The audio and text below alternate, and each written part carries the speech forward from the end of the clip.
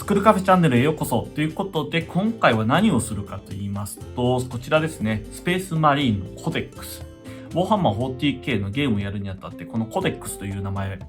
たくさん聞くといったものになってきます。じゃあ、このコデックスというのは何なのかというのをですね、今回、紹介させていただきたいと思います。10版でですね、コデックスの紹介は初めてとなるので、こういった内容にね、させていただきたいと思っております。まずですね、ゲーム上の話でいきますと、ルールですね。はい、ルールはですね、こちら、コアブックというものがありまして、こちらに載っています。こちらとですね、あと、ゲームズワークショップの公式ホームページにも、掲載されておりますので、この本自体はですね、なくてもいいですけども、もう手元にあった方がね、ルールの方が読みやすくなっていると思うので、はい、ここのところですね。はい、ここから先がルールのところになってて、こちらも公開されております。で、そちらを見ながらですね、エラッタって言って、修正項目なんかもあるんですけども、こちらを見て、ルールの方を覚えていただきたいというものになってるんですけれども、じゃあ、コアブックだけじゃダメなんですかと言いまして、実はダメです。はい。っていうのもですね、こちらコデックススペースマリンってあるんですけども、各アーミーにですね、このコデックスっていうのが存在しています。そうですね、実際ちょっと中見てもらった方が早いかなと思うので、許可はいただいてますので、一部だけ、はい、公開したいと思います。はい、こちらですね、データシートと書かれた部分になりまして、このデータシートの中に、こういった内容ですね、はい、レフテナントがいますよとか、はい、こんな感じに、各ユニットですね、ユニットのステータスなんかが、盛り込まれています。こちらのステータスに沿ってですね、ユニットの、性能が決まっておりますので、この本もないと、ゲームはできませんといった感じになっています。あとですね、こちらですね、本以外にもこのデータシートカードというものも発売されています。こちらはですね、先ほどのデータシートの内容がですね、書かれたカード1枚1枚ばらけた状態になっています。データシートカードがまだ販売されてないものに限ってはですね、インデックスカードというものが発売されておりますので、そちらを参照してゲームをやっていくといったものになっています。ただですね、このデータシートカードだけでできるかといったらそうではなくてですね、こちらにデタッチメントルールというものが存在したりしています。はい、こちらですね。はい。こちらの内容などがですね、書かれていないことがあります。はい。今後ですね、全部出てくるものにこちら入ってるのかどうか、ちょっと私の方まだ確認はしてないんですけども、基本的にはこういった内容がですね、インデックスカードにはそれぞれ1個ついてるんですけども、その後ですね、コデックスが発売されますと、こちらは今、グラビス打撃部隊っていうルール。で、アンビル工場部隊。アイアンストーム戦法部隊。ファイアストーム強襲部隊、ストームランス特務部隊、ヴァンガード先鋒部隊、第一中隊特務部隊。こんな感じでですね、いろんなアーミーのデタッチメントルール、デタッチメントっていうのは編成ですね。はい。編成ルールというのを一つ決めてゲームを、することができますと。はい。で、そのデタッチメントルールの中で自分が得意になりそうなものを選択して一つだけですね、選んでやっていくというスタイルになりますので、本とデータカードです。こちらですね、データカードを揃えるか、もうコデックス一冊でやってしまうっていうのが一番楽かと思います。今ね、画面見ていただいているのモザイクほぼかかってると思うんですけど、ここはですね、やはり、肝の部分になってきますので、隠させていただいております。はい。で、こういったところとかですね、あと、ポイントコストですね。はい、こちらになります。はい。ポイントコストに関してはですね、ウォーハンマーの公式ページで更新されていくので、これがなくてもいいと言えばいいんですけども、手元でね、大体どれぐらいだったかなといったものが見れるのはこの本になっています。で、あとですね、クルセイドルールであったりとか、その他の遊び方のルールなんかがね、このコデックス。はい、こちらですね。こちらの方に書かれていますので、基本的にはウォーハンマー 40K はコアルールとこちらのコデックス、ミッションプランですね。その3つで、ゲームがすることができますよ。といったものになっておりますので、まだね、ウォーハンマー 40K 始めたことがないという方はですね、この辺、たくさんいるんですね、という方もいらっしゃるんですけども、たくさんある分ね、その分面白さがすごくぎっしりと詰まっておりますので、ぜひね、一度やってみてはいかがかなと思っております。で、今回はですね、このスペースマリンコデックスっていうのが初めて発売されました。10版で初めて発売されましたということになっております。というのもですね、たまに版が変わったりとかすることもありますが、基本的にはですね、1冊発売されたら、最後まで使っていって、ホームページの方で更新内容が更新されていきますので、開筆してですね、修正していくといったものになっていきます。で、一応ですね、今回このコデックススペースマリンというものを紹介させていただいてるんですけども、じゃあこれでスペースマリンができますねっていうことなんですけども、スペースマリンって何ですかっていう方もいらっしゃると思いますので、今後ですね、コデックス発売されたものに対してですね、一つ一つアーミーの簡単な紹介をしていきたいと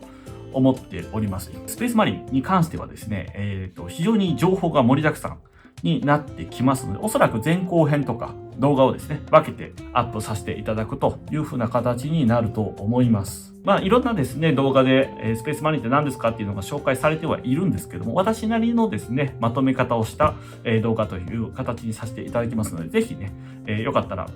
高評価とチャンネル登録の方もしていただいてですね、途中まで見たけどここまで見ましたと。次はまたもう一回ここから見ようかなというのをしていただければいいかなというふうに思います。ではですね、ここからですね、私のほぼトークといった内容になってくると思うんですけど、画面の方でね、補助的な内容とか出させていただきながら紹介していきたいと思います。で、まずですね、このウォーハンマー 40K のゲームですね。はい。このゲームにおいて主役級の扱いになっているのがこのスペースマリーンと。で、ウォーハンマー 40K ではですね、アーミーは大きく分けて3つですね。3種類いるんですけども、まず最初の地球人類ですね。地球人類が4万年後の世界になっておりまして、銀河ですね。天の川銀河全体にですね、進軍していった地球人類が率いる、帝国。これがまず一つ目ですね。で、それを裏切ったりとか、あと、ケイオスディーモンですね。はい、ディーモンと呼ばれるものがいるのがケイオス軍と呼ばれてます。日本人的にはカオスとか読みたくなっちゃうんですけども、どうやらケイオスと呼ぶのが、正式に決まっているようです。で、その、人類とその裏切った人類以外の異種族ですね。はい。いわゆるゼノと呼ばれているものがいます。なので、帝国とケイオスとゼノ、異種族ですね。この3つのアーミーに大きく分かれています。で、その帝国の中でもですね、複数のアーミーに分かれています。帝国はですね、皇帝が率いていたというか、ちょっと難しいところなんですけども、そこはね、ストーリーを見ながら覚えていっていただければいいかなと思うんですけども、帝国はですね、皇帝を中心とした軍隊となっておりまして、たくさんあります。まず、アデプトゥス・カストーデス、帝国コネエシタンですね。そして、アデプタ・ソロリタス、修道聖女会。で、アデプトゥス・メカニカス、帝国技術局。そして、インペリアル・ナイト、帝国騎士団。で、インペリアル・エージェント、異端審問長。で、アストラミリタルム、帝国防衛軍。で、最後にスペースマリン船団ですね。はい。なので、スペースマリン船団はまた独立した船団というふうになっています。で、さらに言うとですね、実はですよ、まだこのコデックスペースマリンは一つのアーミーを示しているというものではなくて、多くのたくさんいるスペースマリン船団の基礎的なステータスになっています。どういうことかと言いますとですね、スペースマリンというのはですね、大きな括りの一つになっていて、スペースマリンの中で細分化されて多くの船団が存在しているといった形になっています。撮影しているタイミングではですね、スペースマリンコデックスと各船団の専用のサプリメントっていう、データがあります。はい。そちらのデータを使って、専用キャラクターを見ると。はい。で、その専用キャラクターが載ってない部分に関してはこちらのスペースマリンコデックスを見てですね、補填していくといった仕組みになっています。なので、ウォーハンマー 40K ちょっとかじっているというか、すでにね、やり始めてる方で、あれと思っている方がいて、スペースマリンっていうコデックスがあるのに、デスウォッチ、ブラッドエンジェル、ダークエンジェル、ブラックテンプラー、スペースウルフ。これだけのですね、スペースマリンのコデックスがあります。インデックスカードですね、現在は。で、その個別に分かれたインデックスカードとこのスペースマリンコデックスを合わせてその船団がプレイできるといったスタイルになっています。で、あとですね、ちょっと始めた方で、あれグレイナイトはって言った方もいるかもしれません。はい。グレイナイトというものがいるんですけども、こちらはですね、また別の独立したコデックスになっているので、スペースマリンコデックス、こちらは必要がありません。グレイナイトの方はグレイナイトのインデックスカードだけで大丈夫です。はい。なのでですね、専用キャラクター、スペースウルフとかの専用キャラクターなんかはですね、現在サプリメントとして分けられていまして、で、そちらに分けられていない戦団に関してはですね、こちらに一部記載されています。はい。ちょっと一部だけね、見てみましょうか。はい、こちらですね。ロブトグリマンって言って、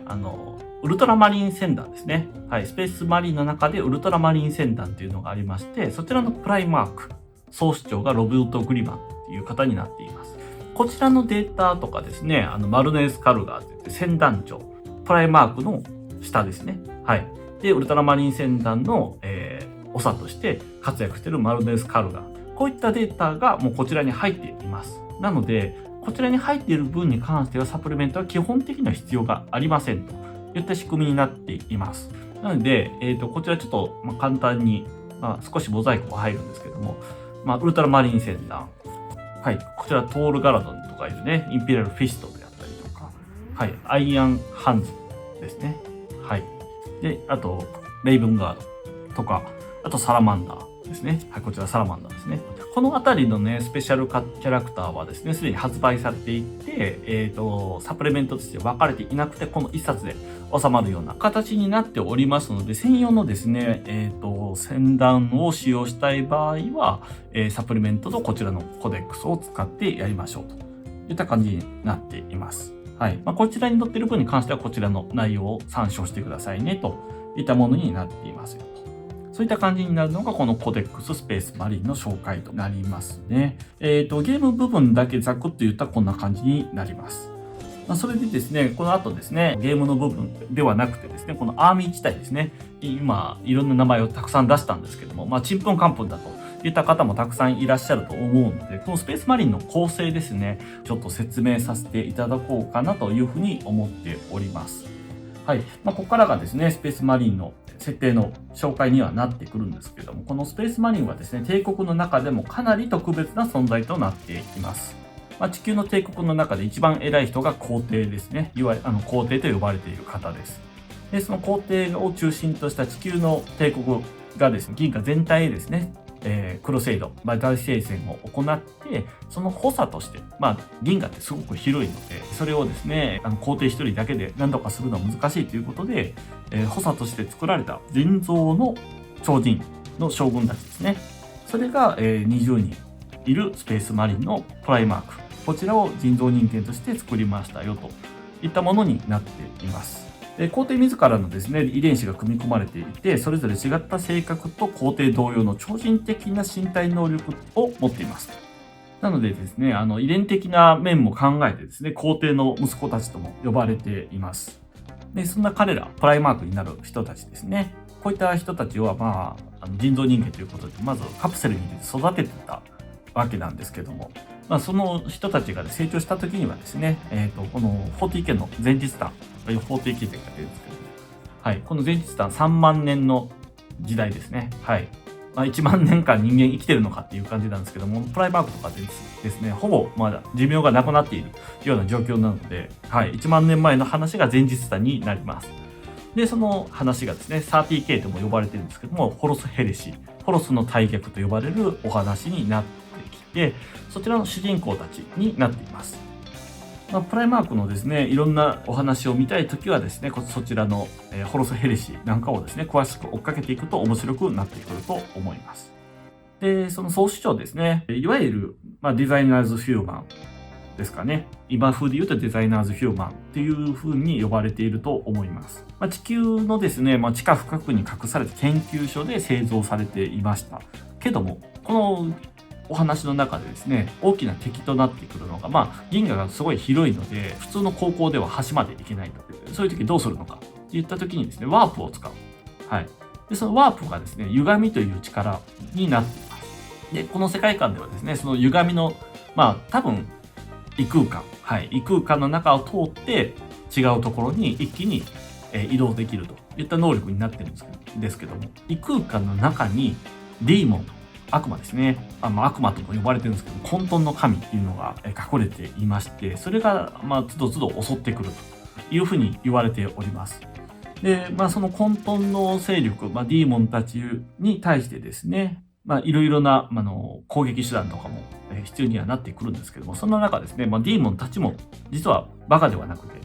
頭を冴えているといった感じになってますので、彼らがですね、デザイナーズヒューマンのプライマークたち、はい、その計画を知ってしまいます。で、その計画を知られてですね、そのプライマークたちが入った保育カプセルを誘拐してしまいます。誘拐されてしまったその保育カプセルを壊してしまえというふうにディーモンも考えたんですけども、実は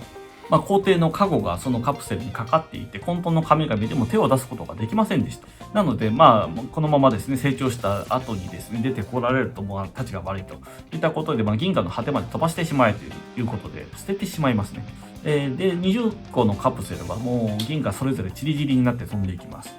で、それぞれの別の惑星に降り立ってですね、彼ら自身はですね、育成環境がもうそれぞれバラバラになってしまって、はい、性格もそれで変わっていきます。優しいね、住民に保護された人たちはですね、やっぱり性格もよく、温かな環境で生きていくといった形になるんですけども、当然ですね、迫害を受けた者もいます。なので、過酷な環境下で育つことができなかった人たちも、いてですね、凶暴な性格を持ってしまったとか、いうふうな人たちもいました。そんな彼らもですね、波乱に満ちた中、生きていくことがなんとかできてですね、はい、いずれ時間をかけて皇帝の元に全て集まったといった流れになっております。で、その皇帝の元に戻った時に初めてですね、頑張ったその息子たちがですね、それぞれスペースマリンの最初の原初のスペースマリンの兵団を率いるプライマークになっていくといったお話になっているのがこのスペースマリンですね。ここまでですね、ちょっと話長いんですけど、まだまだ実は続きます。はい。まだスペースマリンができたところですね。はい。でですね、20人いるということで、じゃあ原始のスペースマリンってどんだけあるのっていったものがですね、20個ちょっと軽く紹介していきたいなというふうに思うんですけども、それぞれですね、育ってきた環境とかを考えるとですね、かなりの能力の差が出てきています。得意分野が違ったりとかですね、異能力がついたりとかいうふうになっております。で、20人の中で2人だけですね、その情報が完全に抹消されておりまして、誰なのかが分かっておりません。はい。なので、その2人を除いてですね、ちょっと紹介していきたいなというふうに思います。はい。ではですね、第1から第20戦団までありますので、ちょっとね、ザラザラと説明していきたいなと思うんですけども、第1戦団ですね。第1戦団が、プライマーク、ライオン・エル・ジョンソンが率いるダークエンジェルですね。こちらは、後にホロスの大逆と呼ばれたものでですね、中性派、皇帝側についたといった戦団になってきます。で、第9版から10版にかけてですね、このライオン・エル・ジョンソンが帰ってきたよというストーリーになっていますので、キット化もね、されましたよといったものになっています。非常にかっこいい、見た目になっています。で、続いて第2戦団なんですけども、これがですね、全記録が抹消されているといったものになっています。なので、第2戦団は何ですかと言われてもわからないといったものになっています。そして第3戦団。フルグルムが率いるエンペラーズ・チルドレン、はい、と呼ばれておりますね。こちら大逆派といってですね、ホロスの大逆で裏切ってしまった、混沌の神の方についてしまったのがこのフルグリムですね。はい。で、このフルグリムもですね、つい最近、キット化、ただレジンキットなので、手に入れてもですね、ちょっとプラモデルとは作り勝手が違うといったものになっているんですけど、非常にかっこいい、仕上がりになっております。はい。なので、1万年前の姿のフルグリムが見れるよといった状況ですね。こちらスラーナ石を進行しております。で、続いて第4戦団ですね。はい。こちらアイアンウォーリアー。総主張、プライマークはパーチュラーボって呼ばれる方ですね。はい。こちらちょっとね、情報があまり出ておりません。で、第5戦団、ジャガタイ・ハーンが率いる、ホワイトスカーですね。これはですね、シタデルカラーのレイヤー真っ白ですね。その白を基調としたアーマーのカラーリングの戦団になっています。基本的にはですね、機動戦術なんかが得意としてて、種族的にはですね、モンゴリアンみたいな感じですね。はい。ジャガタイ・ハーンということで、チンギス・ハーンみたいな雰囲気を持った方々になっています。で、続いて第6戦団がレマンラスが率いるスペースウルフになってきます。第9版ではですね、非常に白兵戦が得意だということで、非常にスピーディーな展開ができた、戦団になっています。バイキングを、彷彿とさせる、衣装作りですね。になってて、狼に乗っかって、走ってくる人たちもいたりとかします。なので、ちょっと狼の群れ的なですね、考え方を持っている、非常に武闘派のスペースマリンになっています。はい、続いてですね、第7戦団のローガン・ドルン率いるインペリアルフィスト。はい、こちらになっていきます。こちらはローガン・ドルン率いるインペリアルフィストなんですけども、後継センターがたくさんいる、かなりの武闘派でありながらも、かなりの大所帯っていう設定になっていますね。で、後継戦団の中にブラックテンプラーっていうのが出てきまして、こちらは後で紹介するんですけども、後継戦団ということなので、原初のスペースマリン20個の中ではないっていうものになってきます。なので今は、そちらの紹介は省いておいて、ローガン・ドルンが率いるインペリアルフィストが第7戦団といった感じになっております。で、次がですね、コンラッド・クルーゼっていう方が率いていたナイトロードっていう、